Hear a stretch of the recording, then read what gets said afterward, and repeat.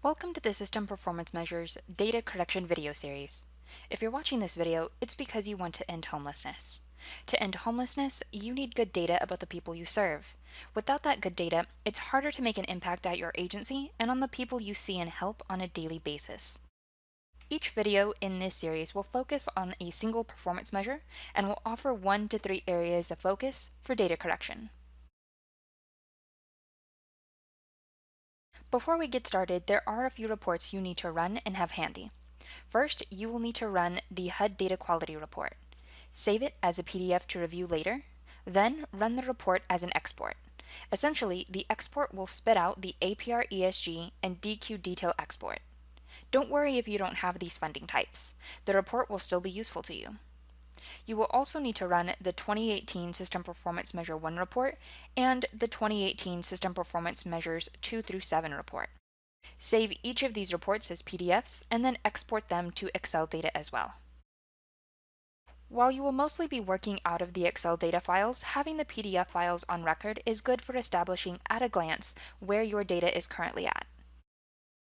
You may also find it useful to run the System Performance Measure 1 report 2 to 4 times using the different report criteria settings. For dates, use October 1st, 2017 as the start date. Leave today's date as the end date. Note that as we progress through the years, the start date will change. Eventually, we'll be looking at October 1st, 2018, and then 2019, and then 2020, and so on. There are videos on our YouTube channel that cover each of these reports and how to export them. I encourage you to take a look at those videos if you are unfamiliar with the steps needed to run and export the necessary reports. Save all of these reports in an easy-to-access folder, and you're ready to dive in.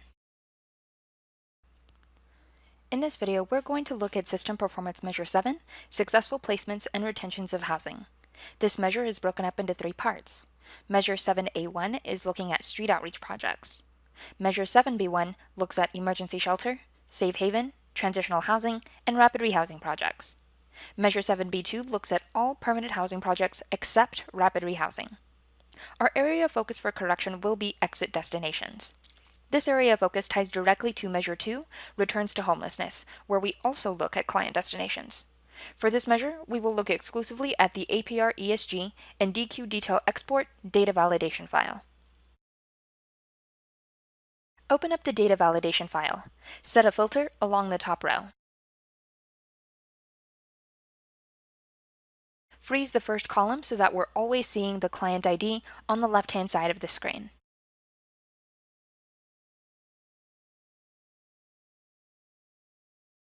You can also hide the columns you're not currently looking at. First, set your filter so that you're looking at all clients that have exit destinations of other, client doesn't know, or client refused.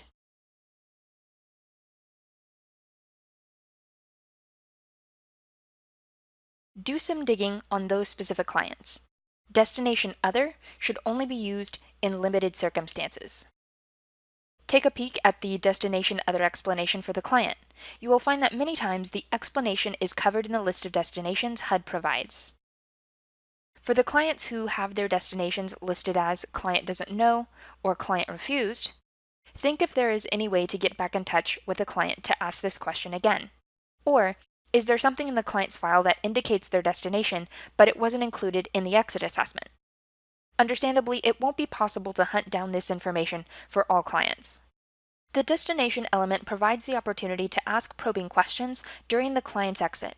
Is the client actually going to a permanent housing destination, or is their stay with friends and family just going to be temporary?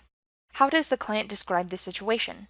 If a client says they are going to a rental unit with no ongoing housing subsidy, does that sound sustainable based on the other information they've given you, such as their income? If your client exited to permanent housing during the reporting period, their data will be counted towards Measure 7. However, if the client then returns to homelessness after their permanent housing exit, their data will also show up in Measure 2, Returns to Homelessness. This is one of the reasons why it's important to get accurate destination information at the client's exit. While more accurately reported exit destinations may ultimately mean fewer exits to permanent housing recorded, it also would mean lower numbers on Measure 2, Returns to Homelessness. And that's it.